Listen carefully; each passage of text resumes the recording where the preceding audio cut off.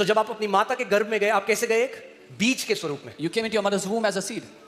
और वो जो बीज है And that seed, वो करप्टिबल है, यानी वो एक समय के बाद नाश हो जाएगा। हाँ, आपका जो शरीर है, जो उस बीज से आपका शरीर बना, ये नाशवान शरीर है। it is a corruptible seed. After some time, it will be destroyed. This body can be destroyed after some time. मगर एक और जन्म बाइबल बताती है हमारा हुआ है, But the Bible tells us we've been born one more time. We've been born again. और वो नाशवान बीज से नहीं, अविनाशी बीज से आपका नया जन्म हुआ But है। this time not from a destructible or a corruptible seed, but from an incorruptible seed. Okay?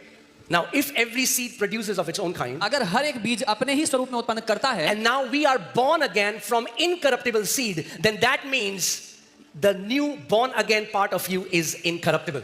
और अगर अब हम उस अविनाशी बीज से पैदा हुए हैं, तो इसका ये अर्थ है जो आप नया जन्म पाए हैं वो अविनाशी जन्म है। Okay, is that clear? Right?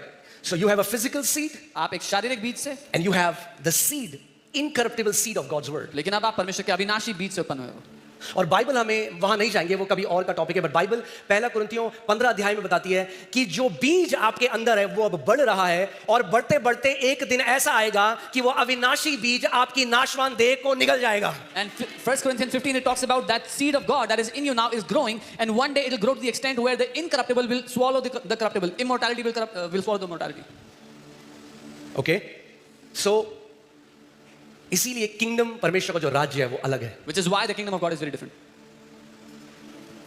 इसीलिए ये इस बारे में नहीं है कि परमेश्वर आखिरी में आपको तराजू में रखेगा, ये इसके बारे में है किसके अंदर परमेश्वर का बीज है या उसका बीज नहीं है। This is why this message is not about at the end God will put you on a weighing scale, but that the fact that at the end who has the seed of God and who does not. क्योंकि वचन कहता है एक दास घर में सदा नहीं रहता मगर पुत्र सदा घर में रहता है, और गलातियों 3:26 में लिखा है अब उस विश्वास के द्वारा जो तुमने मसीह यीशु में किया तुम परमेश्वर की निज संतान हो।